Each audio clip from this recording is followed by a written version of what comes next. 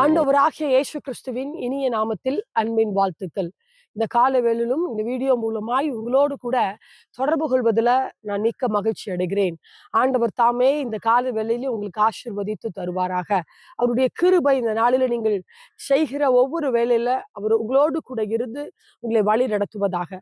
இன்று நாம் தியானிக்க இருக்கிற வசனம் ரோமர் 8வது அதிகாரம் 32வது வசனத்தை வாசிக்கும் போது வசனம் இப்படியாய் சொல்லுகிறது: தம்முடைய சொந்த குமாரர் என்றும் பாராமல் நம் எல்லாருக்காகவும் அவரை ஒப்பு கொடுத்தவர் அவரோடு கூட மற்ற எல்லாவற்றையும் நமக்கு அருளாதிருப்பது எப்படி என்று வேதம் சொல்லுகிறது நம்ம பார்க்கிறோம். பிதாவானவர் நம்முடைய பாவங்களுக்காக, அக்கிரமங்களுக்காக தன்னுடைய சொந்த குமாரனை அவர் ஒப்பு கொடுத்ததை நம்ம பார்க்கிறோம். அப்படிப்பட்ட தெய்வம் நமக்கு மற்ற ஆசீர்வாதங்களை அருளாதிருப்பது எப்படி என்று சொல்லி நம்ம சமூகத்துல ஒரு கேள்வி வைக்கப்படுகிறது. ஒருவேளை ஏதாவது ஒரு ஆசீர்வாத குறைவுகளோடு கூட நீங்கள் காத்திருக்கிறவர்களா இருக்கலாம். இந்த நாளில ஒரு நம்பிக்கையின் செய்தி நமக்கு சொல்லப்படுகிறது.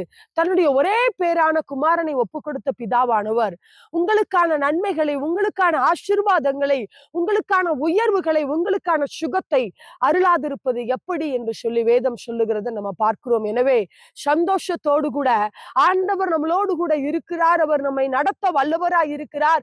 இந்த சூழ்நிலைகளில அவர் நம்மை கடந்து போக உதவி செய்வார். நமக்கான ஆசீர்வாதங்களை, சுகத்தை, பலத்தை அருளுவார் என்று சொல்லி நம்பிக்கையோடு இருங்கள். ஏனென்றால் இங்கு கேள்வி வைக்கப்படுகிறது, மற்ற எல்லாவற்றையும் நிச்சயமாய் உங்களுக்கு அருளச் செய்வார் என்று சொல்லி. எனவே சோர்ந்து போகாதிருங்கள், கலங்கி போகாதிருங்கள். ஆசீர்வாதம் இல்லாமல் சுகவீனத்தோடு கூட இன்னுமாய் ஒரு நன்மைக்காக காத்திருக்கிறீங்களா?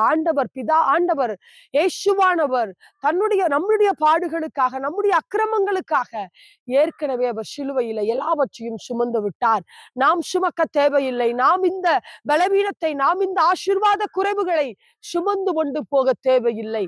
அவர் பிதாவானவர் தம்முடைய குமாரனை கொடுத்தது போல நமக்கான எல்லா நன்மைகளையும் கொடுக்க வல்லவராய் இருக்கிறார்.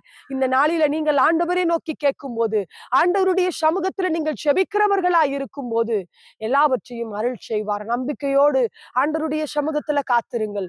நிச்சயமான நன்மை வரும், நிச்சயமாய் ஆசீர்வாதங்கள் வரும். ஏனென்று சொன்னால் அவர் நிச்சயமாய் நம்மை ஆசீர்வதிக்கிற தேவன். அப்படிப்பட்ட நன்மைகளை செய்வாராக.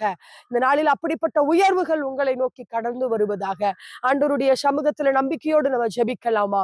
ஆண்டவரே உம்மை சோத்தரிக்கிறோம், உம்மை துதிக்கிறோம். ஆண்டவரே, இந்த கால வேளையில இந்த வீடியோவை பார்த்து கொண்டு இருக்கிற ஒவ்வொருவரும் ஆண்டவரே ஏதோ ஒரு ஆசீர்வாதங்கள் உம்முடைய சமூகத்துல எதிர்பார்த்து காத்திருக்கலாம். ஆண்டவரே, நீங்க எங்களுக்கு வாக்குத்தத்தமாய், ஆசீர்வாதமாய், நம்பிக்கையாய் கொடுத்த உம்முடைய வசனத்திற்காய் நாங்கள் நன்றி செலுத்துகிறோம். பிதாவானவர் உம்முடைய குமாரனை இயேசு கிறிஸ்துவை எங்களுக்கு பலியாக ஒப்பு கொடுத்து ஆண்டவரே, மற்ற எல்லா ஆசீர்வாதங்களை எங்களுக்கு தருவது அதிக நிச்சயமா இருக்கிறது என்று இந்த நாளில நாங்கள் பார்த்தோமே. ஆண்டவரே, உடைய குமாரனை நீங்க ஒப்பு கொடுத்திருக்கிறீங்க. இந்த நாளில் ஆண்டவரே, யார் யார் நன்மைகளுக்காய், ஆசீர்வாதங்களுக்காய், ஒருவேளை சுகத்திற்காய் எதிர்பார்த்து காத்திருக்கிறார்களோ அவர்களுக்கு அந்த காரியத்தில் அற்புதங்களை செய்வீராக நாங்க செபிக்கிறோம். நம்பிக்கையோடு உடைய சமூகத்துல காத்திருக்கிறாங்கப்பா. நன்மைகளை செய்து ஆசீர்வதிங்க. இந்த நாள் அவர்களுக்கு ஆசீர்வாதமாய் இருப்பதாக நாங்க செபிக்கிறோம். ஆசீர்வதித்து பலப்படுத்துங்க. இயேசுவின் நாமத்துல நாங்கள் செபிக்கிறோம் எங்கள் நல்ல பிதாவே.